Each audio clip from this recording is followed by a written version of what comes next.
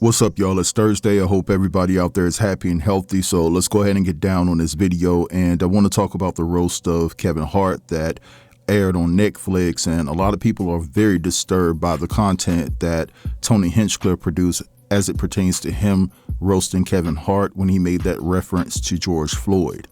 You've done good, though, Kevin. The black community is so proud of you. Right now, George Floyd is looking up at us all, laughing so hard that he can't breathe. Now, I don't have Netflix because I don't get down with the principles that they stand on, and that goes for Amazon as well. But of course, there's various clips that are circulating around as it pertains to this roast. And so you can imagine the amount of people that feel that this was distasteful. It was extremely disrespectful. I don't understand why Tony would bring up a deceased man. But at the end of the day, I've always been a type of individual that didn't take all comedy for comedy. I believe some people say what they're really feeling and then want to hide under the guise that this is just comedy, just like a lot of people are saying, well, it was a roast. And Kevin Hart feels the same way about it. No emotions attached to a roast. You get up there, you tell your jokes, and we understand that they're going to come with some heat, but that's what a roast is supposed to be. Tony Hinchcliffe understood the assignment. Relentless as he always is, but funny. Like, you can't have emotions. Everybody came out there and did their thing. Now, in my estimation, this was an expected response from Kevin because as long as I can remember, Kevin has always been super coon-tastic. So he's just right on cue when it comes to the fact that he came out and defended what Tony had to say about George Floyd. Now, with Kevin being underwhelmingly talentless and not funny, his unfunny buddy jumped in the conversation, who has PDF file tendencies, Tiffany Haddish, about how she felt about the George Floyd joke, and it seems as though that she threw shots back at Loni+Lil because Loni had came out voicing her displeasure about the joke, and this is what Tiffany had to say. Girl, you look fantastic. She ready. You look so good. So you have like 30 seconds to chat really quick? Yeah. So talking about Kevin Hart roast, right? Yes, it was so much fun. So Loni+Lil didn't think so. Loni+Lil was like, you know what, it's exhausting, it's edgy. Specifically about the George Floyd joke. What are you thinking? Is it just comedy? Should they have been a little less? I think it should have been shorter. The show was too long. Okay. I mean, I was sitting there the whole time. I had to pee. I didn't hear the George Floyd joke because I had to pee so bad.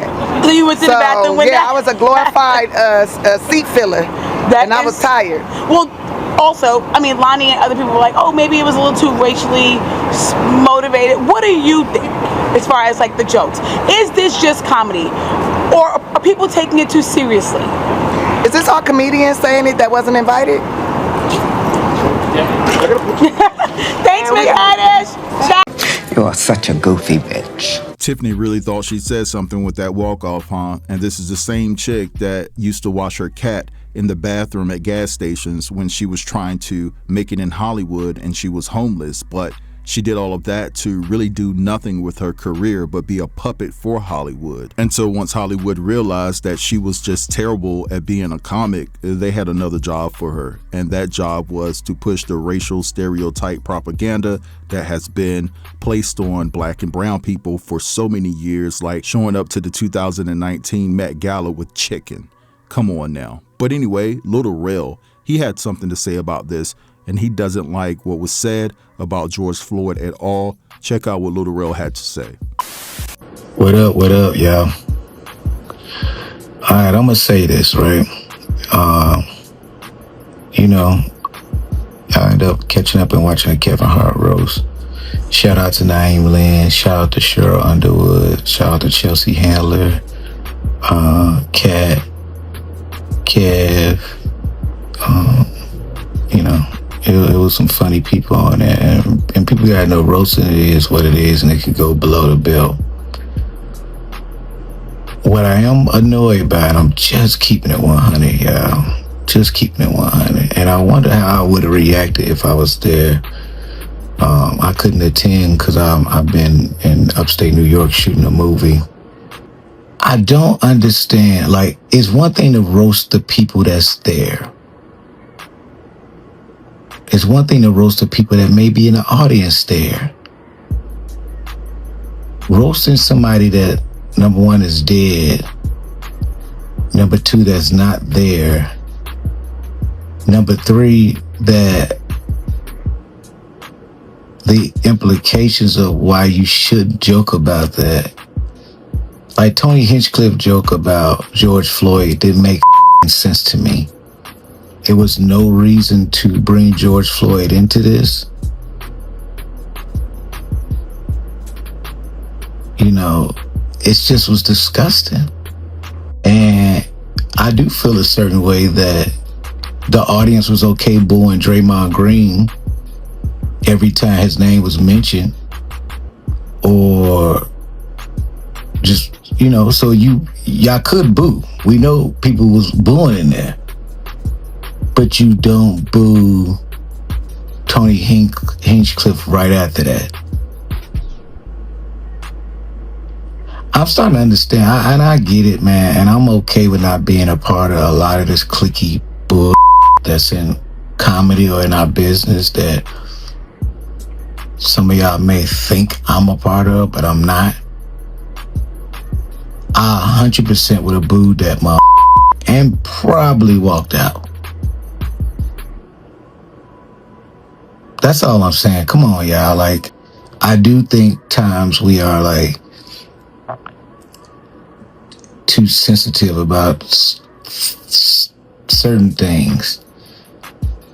Why we just can't agree that bringing up George Floyd and the way he did it was just f***ed up and not funny and not needed.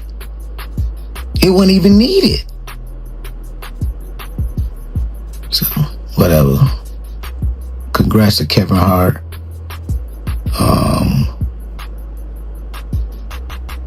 But man, I ain't like that. It's so embarrassing how weak we are as a community sometimes. Not all of us, but some of us. We have no backbone.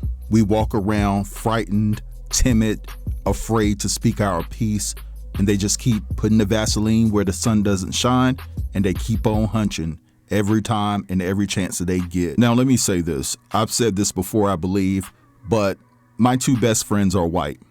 And it's not by design, it's not by setup, it's just because of the two individuals that they are. Those brothers have always stood behind me when I didn't have nothing, when I was struggling, when I was stranded. You know, they've always come and got me, always saved me from the trenches. And I'm just being honest here, right? I had black friends, but they all turned their back on me. They done me dirty and things of that nature. So if I wanted to, I could be that type of individual to not say anything and really not care about my community. But for me, I'm not going to sacrifice the overall love that I have for my community just because a couple of white dudes have been my best friends. I love my community and I want to see us do well. And I want to see us usurp to a level where we're on the same playing field. You know what I'm saying? But it's just so sad that it just seems that we appear to be so weak. And I'm not just talking about the celebrity realm, and not everybody, okay? Because I just want to emphasize that. I don't want to put everybody in a box, but it just seems like we're so afraid and they just keep doing what they want to do with us and to us, and we don't do anything about it. It's just a shame that we're so weak and fragile, or appear to be that way. It's embarrassing to me as a black man that no one, absolutely no one at that roast. I do give props to Regina Hall because clearly she didn't like what was being said, but everybody else that's black that was in that audience, they failed us. And you need to take notes about who was in that crowd and come to the conclusion, if you support them, do you still want to move forward in supporting them further? But anyway, I'm gonna let this go right here. I want you guys to drop down in the comments and let me know what you think about all of this. Don't forget to like, comment, share, and if you're new here, consider subscribing to the channel. Check you guys out later. Have a beautiful day.